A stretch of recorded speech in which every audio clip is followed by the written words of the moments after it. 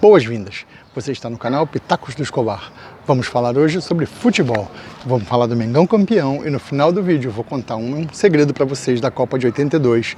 É rapidinho, tira a mão do mouse, afasta o dedo do celular que eu já volto.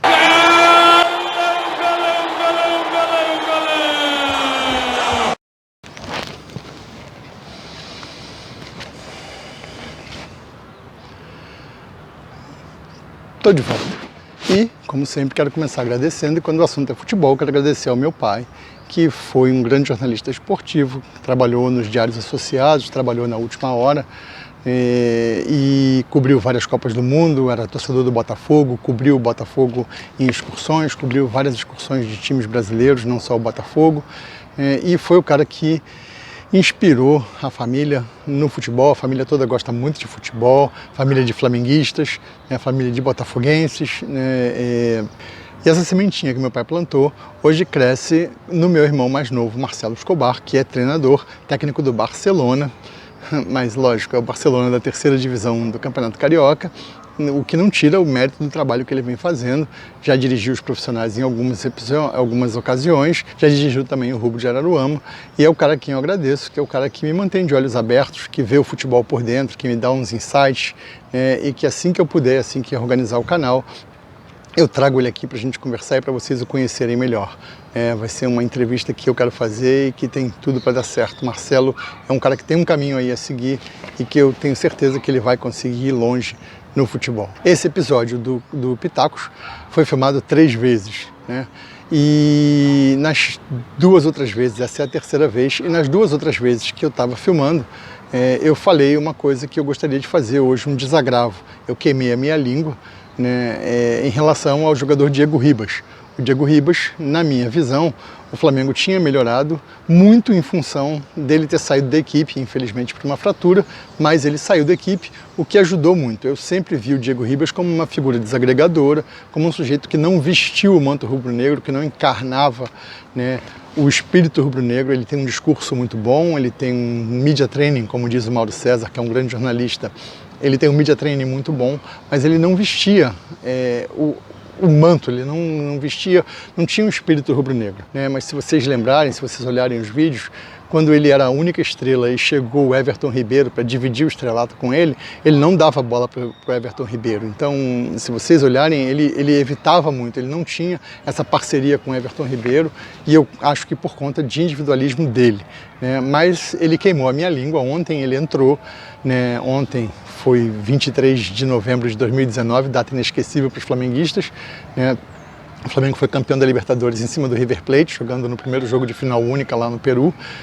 E o Diego Ribas entrou no lugar do Gerson, que está muito bem no time, e mudou o time, mudou o jogo, e ele conseguiu, foi dar pressão nele em cima do Lucas Prato, e depois de um chutão dele, que ironia, o Flamengo ganhar com um chutão para frente, porque eu não acho que aquilo foi um passe. Ele mesmo disse na entrevista que queria fazer alguma coisa diferente, então ele deu um chutão, rifou a bola lá para frente, e felizmente pra gente, o zagueiro do River falhou, e o Gabigol entrou e fez o gol, foi muito competente. Gabigol, que jogou mal o jogo inteiro, fez o gol decisivo, e também tinha feito antes, numa jogada do trio, Gabigol, Bruno Henrique, Arrascaeta, é um trio para mim melhor. Então eu queria fazer esse desagravo ao Diego Ribas, porque eu entendo que hoje ele sabe o que é flamenguista, o que é ser... Eu entendo que hoje ele sabe o que é ser flamenguista.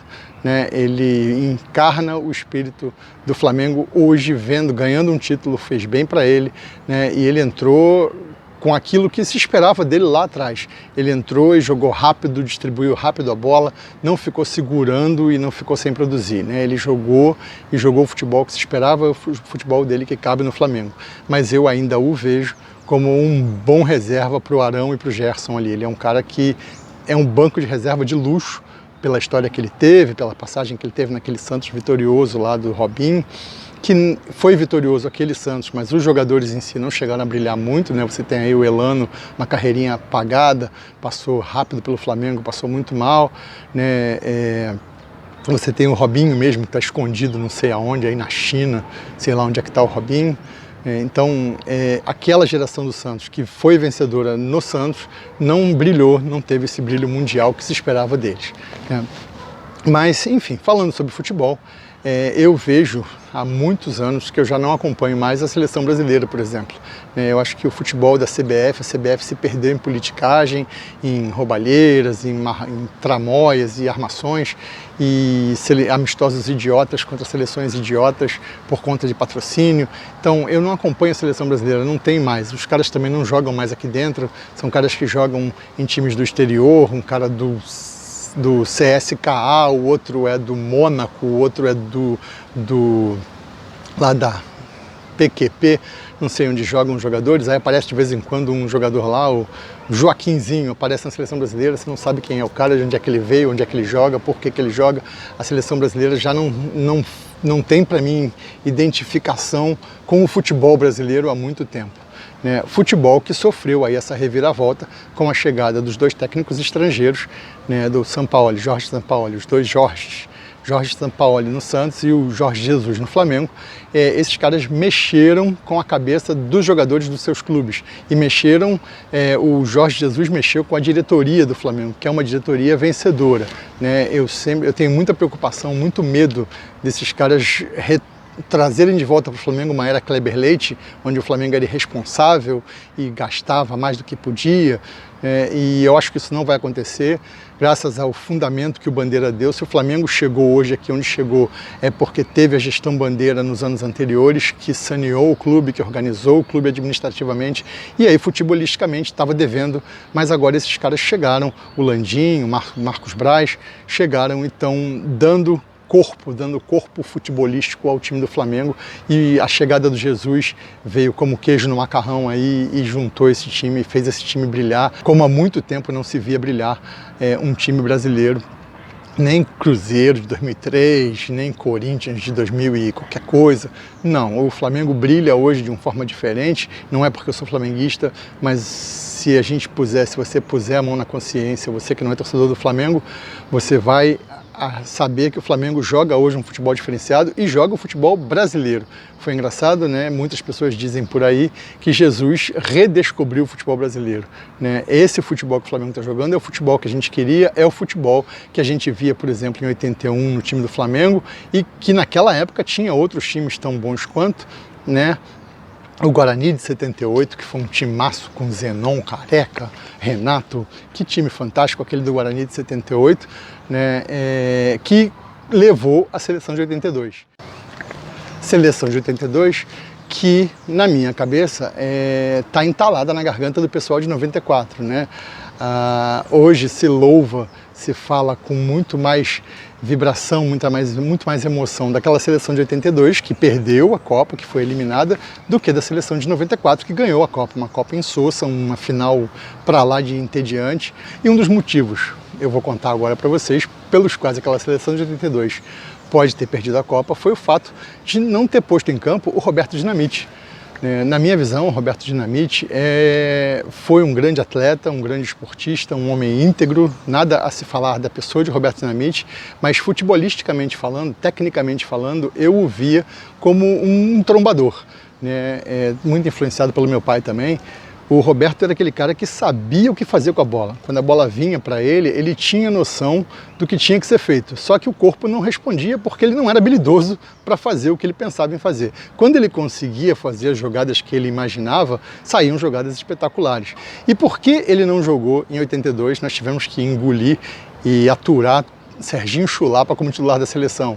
Um cara que destoou daquele time muito bom, de jogadores muito bons, porque em 81, eu tinha 14 anos, nós estávamos andando pelo Leme, eu e meu pai, e o meu pai se encontrou com o Telê, e eu estava junto. Eu não me lembro se o Marcelo, meu irmão, estava junto também, mas eles foram conversando, fomos para a casa do Telê, lá no Leme, e eu vi a conversa. Isso não foi ninguém que me contou, isso não é lenda, eu presenciei essa conversa, eu estava lá, e o meu pai era religioso, e ele disse para o Telê Santana o seguinte: Telê, sabe por que você teve aquela pneumonia? Porque você não convocou o Roberto Dinamite, e a mulher do Roberto Dinamite é macumbeira e fez uma macumba e você ficou doente.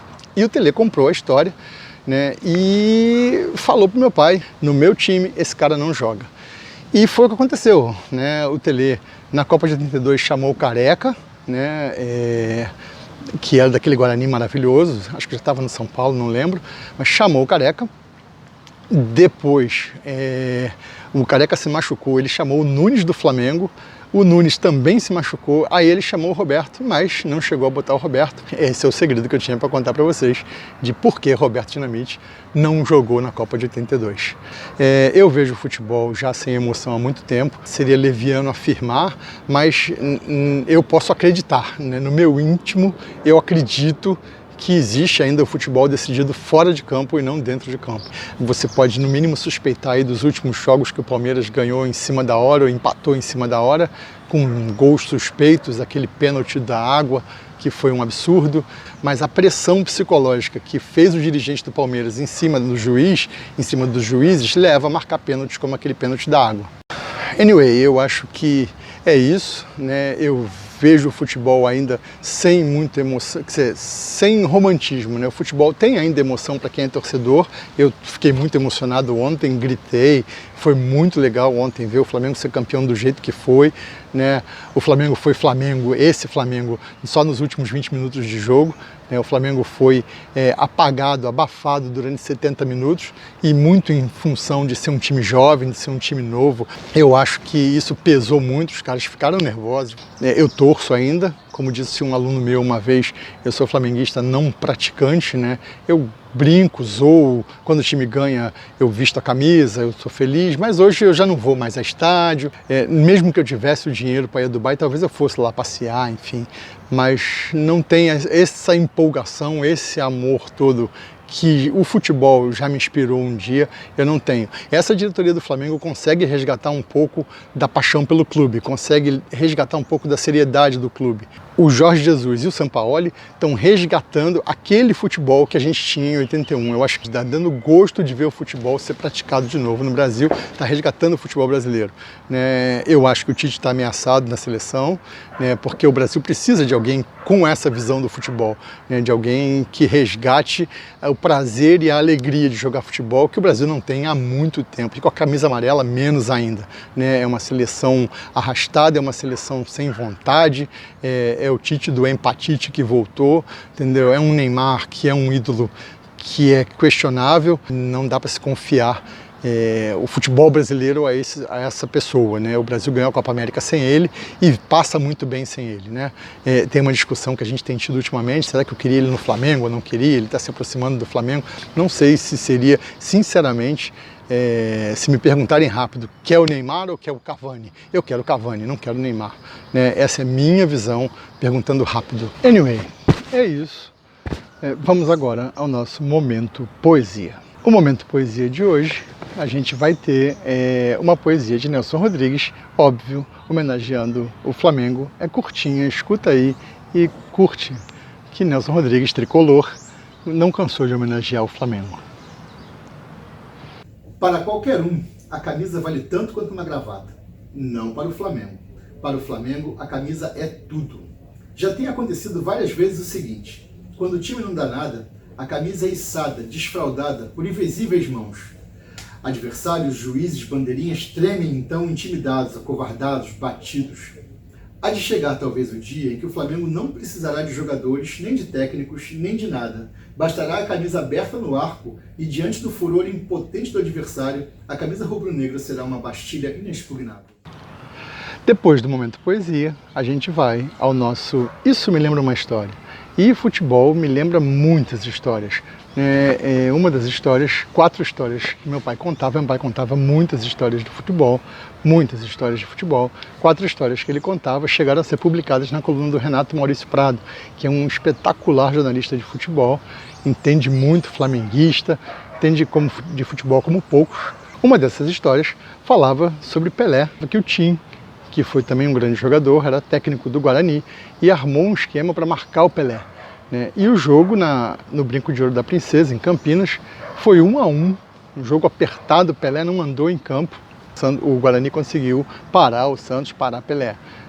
E no jogo de volta, o Tim montou o mesmo esquema para parar o Pelé, né? Vamos parar o rei, né? E na Vila Belmiro as dimensões são parecidas com o Brinco de Ouro da Princesa, um estádio também não muito grande, só que o jogo foi 5-2 para o Santos com 5 gols de Pelé. E aí o Tim falou, o que aconteceu? Não entendo o que houve, como é que esse cara jogou isso tudo, como é que o nosso esquema não funcionou? E um repórter falou pro Tim, pô Tim, tem um pessoal aí francês de uma revista que tá filmando ele aí, tirando umas fotos, fazendo uma matéria sobre ele. Aí o Tim falou, poxa, mas logo contra mim? Caraca! E é isso, né? Quando quer, joga. O Pelé jogou e acabou com o jogo. Enfim, foi muito legal. Isso me lembra uma história. Eu te agradeço por ter assistido até aqui. E se você quiser me fazer a gentileza de assinar o canal, se não for assinado ainda, se inscreve, tem aqui embaixo uma inscrição, ativa o sininho das notificações, compartilha com seus amigos e dá um like, deixa um like aí, por favor, que isso ajuda muito o canal a crescer, isso põe o canal melhor aí nos algoritmos do YouTube e a gente pode, quem sabe, ter o canal maior aí no futuro. Muito obrigado, fique bem e vá na paz.